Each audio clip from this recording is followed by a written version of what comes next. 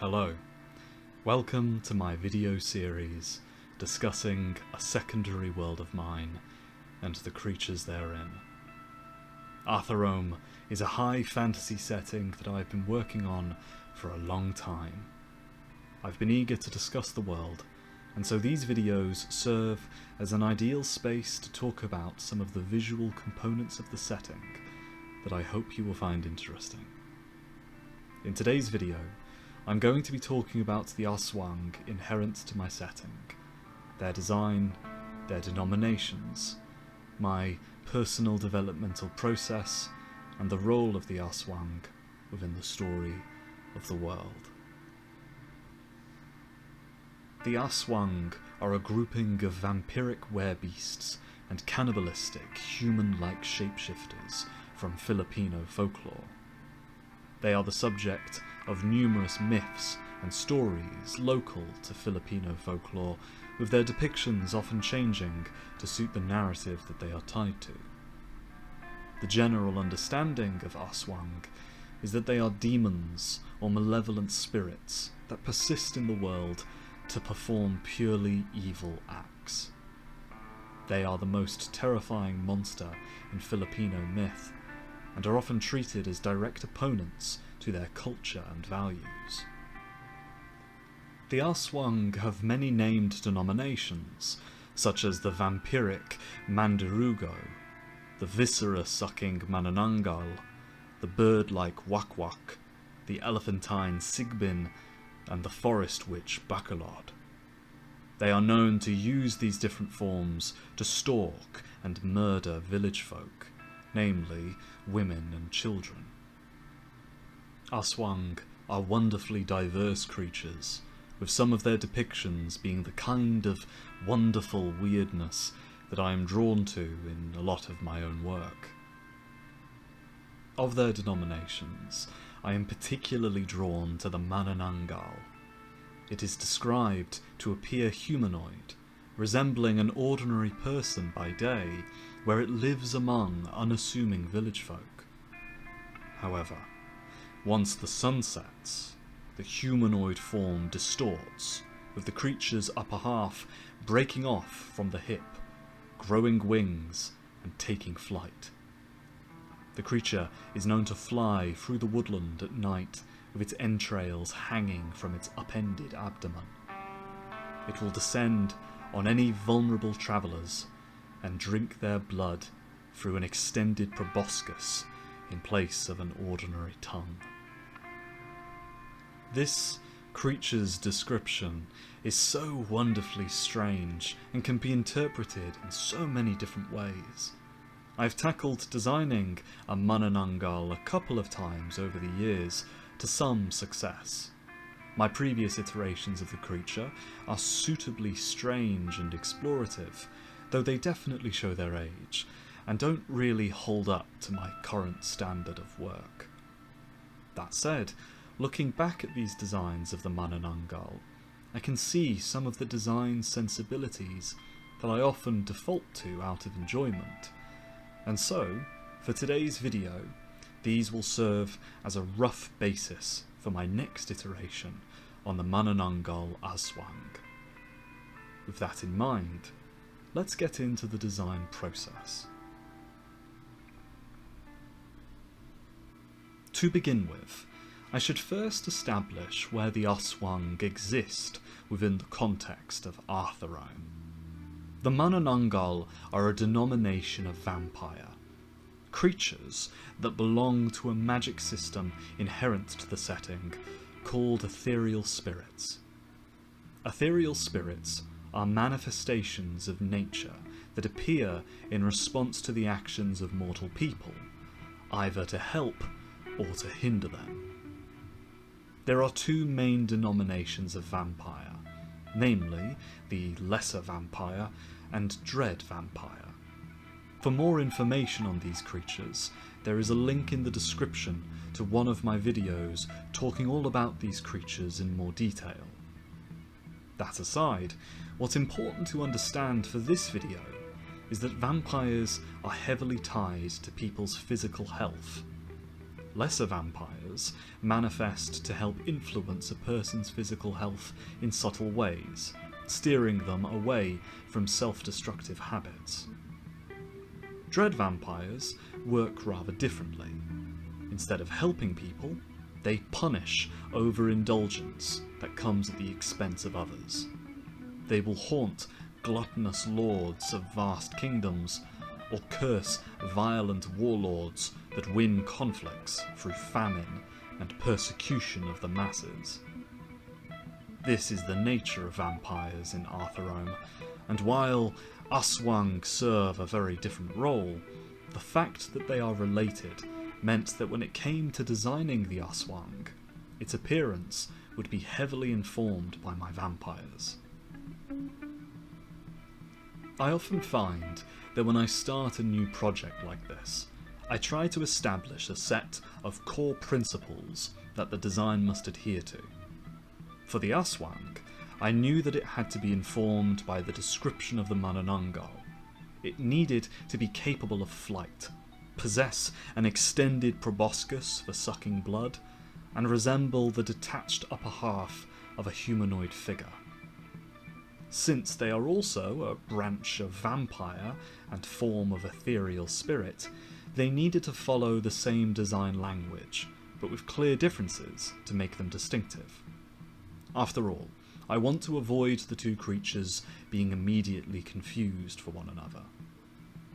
As such, I began by illustrating a set of initial silhouettes, considering the overall gesture of the Aswang while adhering to the aforementioned design principles.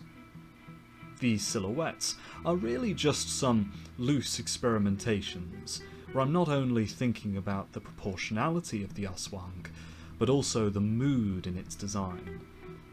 Some of these silhouettes are meant to evoke a sense of curiosity at the creature's alien proportions, while others are meant to make it appear intimidating, ethereal, and powerful. Admittedly, it's clear that I settled rather quickly on a design, as the overall body plan of the Aswang, as it appears between the silhouettes, is very consistent. This is largely because I enjoyed the overall read of my initial silhouette, and wanted to explore it in small but meaningfully different ways. After settling on this as the direction to take my designs, I went ahead into the thumbnailing stage, iterating further on the Aswang in more detail. Eventually, I scaled up the drawings, dedicating time to each aspect of the creature, all while keeping to the principles I established before beginning the development of the Aswang. I quickly fell in love with the idea of the creature possessing the pterosaur-like limbs of the dread vampire, but missing its hind limbs, giving it a distinctively different silhouette to the vampire, while also playing into the myth of the Manananggal. I wanted the creature to be easily confused for a humanoid's upper body, at least from a distance, only for its more ethereal and crazed proportions to become clearer as the creature gets closer. This is also why I played around with the creature possessing a shorter neck, ropey robes that vaguely appear like entrails and shredded skin, as well as plumes of fur and a top knot of hair, all to play homage to the creature as it is described in Filipino folklore.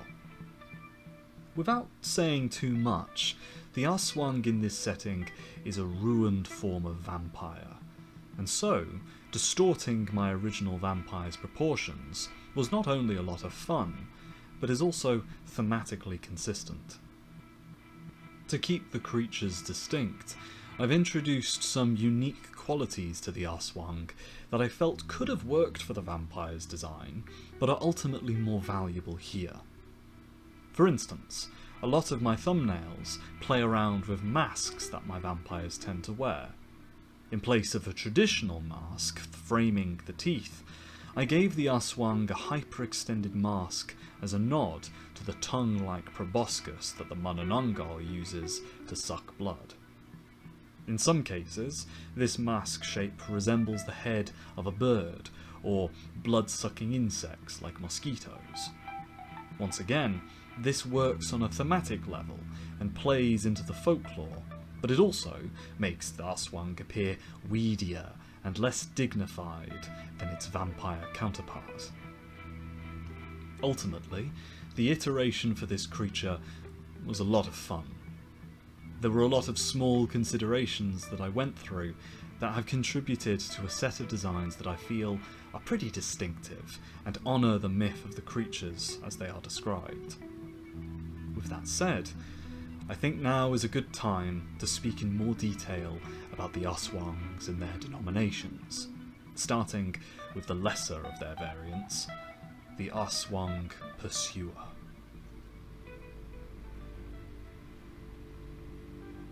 Vampires are dignified and powerful creatures. Some denominations of their creed are terrible in their wrath, but just in their motives, whereas others are kindly and well-meaning, if a touch shy and unnerving to behold. A consistent thread between them is that they are largely incorruptible, dedicated to their purpose. This is to say nothing of their powers, as the abilities of most vampires make them incredibly difficult to capture. They can enshroud themselves in shadows, hide within the dreams of men, and dissolve into swarms of rodents and biting bats. And yet, in spite of all these gifts, vampires suffer one universal flaw that can be exploited by those who know how. Per their function, a vampire must be in proximity to their target, and this can often lead them into a person's house.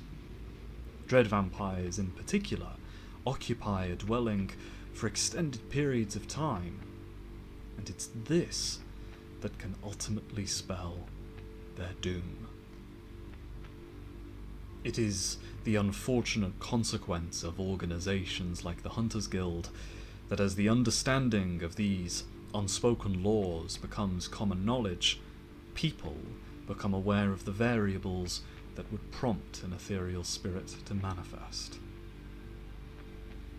Within the Mauroran Empire, studious scholars and interested parties can easily access vast quantities of knowledge detailing specifically why an ethereal spirit might appear, what they might do once they manifest, and how they can be destroyed. Now, thankfully, destroying a vampire is not a simple undertaking. Even lesser vampires possess powerful abilities that protect them from harm.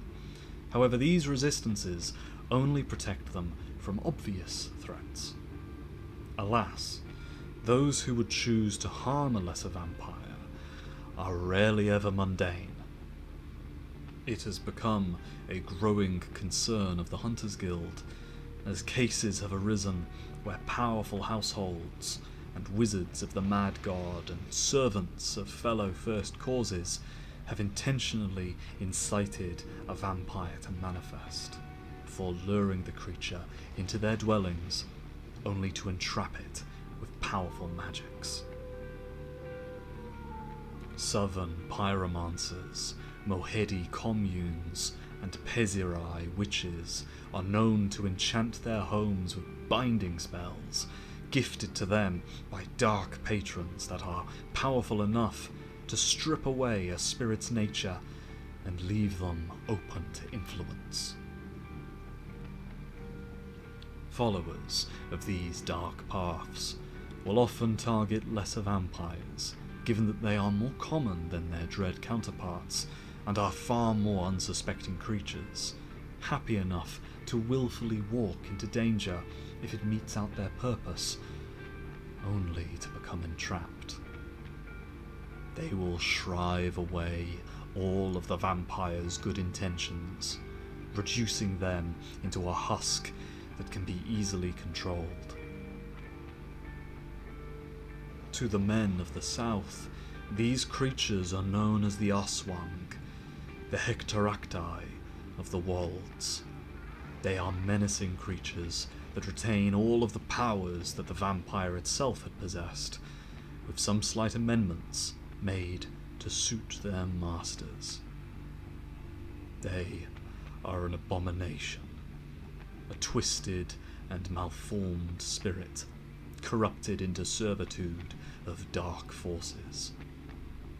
The most terrifying thing about the Aswang is that those who make them are astute at keeping them secret. Thus, when the time comes that the evil individual chooses to unleash the Hectoracti, they will often appear en masse. They swarm as terrible blood-sucking monsters, capable of flight, with strength enough to rend the bodies of men, and armed with potent magics that can protect them from direct harm. They are a potent and terrible danger, and serve as a tragic realization for the Guild that even as the years go by and their understanding of the ethereal spirits grows, there are some that are evil enough and possess the will that they would exploit this knowledge and willfully corrupt spirits of the world that are truly pure of nature and intent. I hope you enjoyed that. Here is the design of the Aswang Pursuer, a corrupted lesser vampire wielded as a tool of destruction by truly terrible people. They are often wielded as minor assassins or magic-slinging infantry. Their abilities to hide within shadow and rend flesh with their talons make them formidable, yet the most distressing thing about them is the relative ease in capturing them. Aswang are ideal servants, given that they do not require food or rest or even comfort. And so there have been many times throughout history where the Hunters Guild has been forced to steer leaders away from the notion of trying to capture lesser vampires for themselves. The Guild will actively cast whatever excuse they can to disguise their true feelings, which are as simple as this: it is morally reprehensible, and they know it. The design of the Aswang Pursuer is meant to echo some of my older work, and the design of the Manananggal as it is described. Unlike some of my other iterations, I decided against giving it the extended proboscis, as that is a feature saved for its other denomination. This creature needed to feel threatening, but not overly impressive. I put a lot of emphasis on removing as much of a point of empathy as possible, while keeping its head a focal point. We naturally gravitate towards faces in our character designs, and so knowing this, I tried to remove as much characterization as possible to make it feel like the husk of a creature. To play into the design of the Manananggal as an anthropomorphized upper torso, I used skeletal imagery and hanging material as a stand-in, meant to resemble viscera and gore. Additionally, the creature features a lot of sharp angles and triangular shape language, including overlapping teeth shapes in its clothing, meant to give it a sense of danger. The addition of spiraling bone structures covered in rope was meant to give the creature a sense of having been made by hand, resembling the scaffolding of a building. It's a small element of the design, yet elements like this are so fundamental in getting across any kind of intended characterization, and so I hope they worked here. Now, if the Pursuer Aswang is created by corrupting a lesser vampire, then the obvious question is thus: what happens if a dread vampire is corrupted? In most cases, this is not possible, as dread vampires are extremely powerful spirits that are more than a match for most who would dare try to claim them. This is to say nothing of their rarity. Lesser vampires appear in response to people's health, and health issues are common, whereas dread vampires are spirits of vengeance, meant to punish those who abuse their power. Purposefully inciting the manifestation of a dread vampire is not only extremely dangerous, but very difficult for just anybody to accomplish. However, once in a blue moon, an organization will come along, possessing the skills and manpower to not only incite a dread vampire's manifestation, but to then entrap it. Most dread vampires possess the ability to hide themselves within their target's mind, finding sanctuary in the veil of their dreams. However, all this means is that the vampire has nowhere else to run. There are organizations, cults, and dark forces which will gladly trade life to capture such a powerful spirit. The Vista Skelktera, the Idomensk, and the Mahedi communes all serve first causes that are proactive. A dread vampire is more than a match for a mortal, but not a god.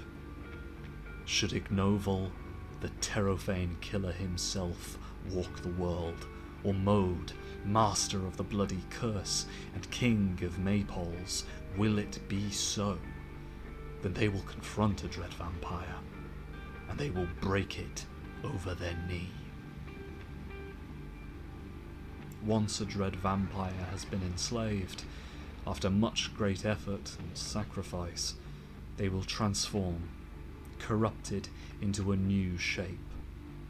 It is one of terror that will shrive confidence from the bone and turn any shadow as pitch as the intentions of the mad god himself.